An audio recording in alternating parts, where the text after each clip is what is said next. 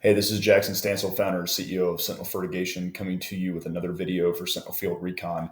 And in this case, we are taking a look at one of our trial fields from this year in Nebraska. And one thing that we've heard a lot from growers this year and seen a lot is earlier recommendations and what they're used to with the system.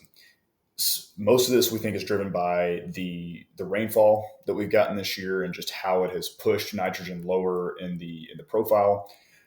Our estimation is that that nitrogen is going to become available as the roots get down to it later in the growing season. But at the same time, those crops are going to need nitrogen to grow earlier. They don't need it too early, right? We don't need a whole lot of nitrogen for corn prior to V7, V8. But as they get into those growth stages, V7, V8, V9, as they're starting rapid uptake, their roots may not be deep enough yet to access where the nitrogen is, and the plants are in a higher demand phase for nitrogen, which may be the perfect storm, we think is the perfect storm for some of these early recommendations that we see going out. So if we take a look at this field, you can see in the RGB image that we've got on the screen here that there's not a lot of canopy development here on June 14th. A little bit later planted than some other areas in Nebraska. So this corn is coming along a little bit at a little bit later dates than what we might be used to in eastern parts of the state. As we get out here to the 22nd, we can pull up that image and we start to see that the canopy is starting to develop. We're seeing the NDRE image here. If we look at the RGB image, you can start to see that the corn is coming in. You can see the green on the field. So we are starting to head towards canopy development. And the RGB, you can make out, certain features in the field, certain areas that are drowned out, consistently have water on them, all that sort of stuff. If we look at this image from the 23rd, we can start to make out what we believe are these field length strips, right? What we know are these field length strips where we have higher or lower nitrogen rates.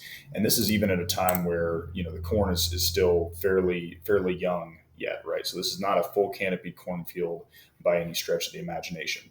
So at this point, we've detected a deficiency. We need to get out there and address the crop's nitrogen demand. Now, this crop is at this point in time at about V6, and this grower is not really wanting to apply until V10.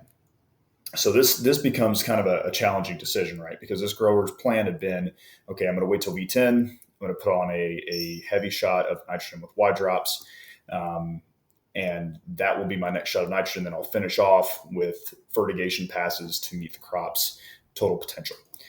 Now, In Time is saying, well, you need to actually get out and apply well ahead of V10 because it looks like your crop is already in need of nitrogen. Could this be caused by rain? Could this be caused by some other environmental factors, lower mineralization? Sure, all these things could contribute. What we do know is that In Time is saying that nitrogen is recommended. And we see that continue to be consistent all the way up until this image from the 30th, where we continue to see these strips develop, and you can start to make out even the references in the field. So those references are starting to emerge and show better development than the rest of the crop canopy. And now you can even see it in the RGB. What's interesting is if we go back to this image from the 23rd, where we first detected this, and you look at the RGB, it's really not very easy to make out those differences in the field. You can kind of make them out, but certainly not like you can a week later after that recommendation was made. In this case, there are some other factors going on. There's the crop is hailed. There's some issues of trying to decide, okay, really what is the potential?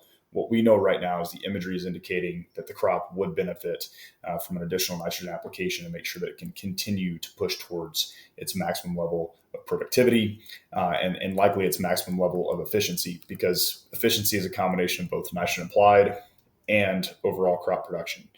So you just want to make sure that those are in the right balance for what your crop needs to produce the most profitable outcomes. Thanks for watching another episode of Sentinel Field Recon. So if we look at this image from the 25th, we can see our SI values are ranging anywhere between 0.8-ish roughly up to about a 0. We're looking all the way up to 1, right, at the very max. The mean and median, we're sitting right around 0.96 in both cases. So we're doing okay from a sufficiency standpoint.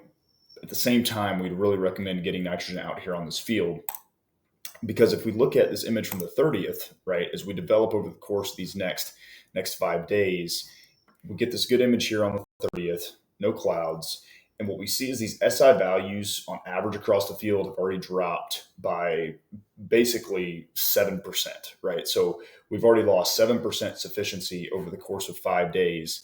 And as you get down into these lower SI values, as the crop is approaching V9, you're getting to a situation where you're starting to cut into crop yield potential. You're starting to limit ear length, and you're starting to really reduce truly the number of kernels that you can have on the ears that you're producing in the field. So this is just something that identified on the 25th of June here. If we'd made an application, could have prevented these SI values from getting to this level on this particular field. We're still probably in a position where we can continue to maintain yield potential if an application is made soon. But this is a situation where we're going to want to be really timely.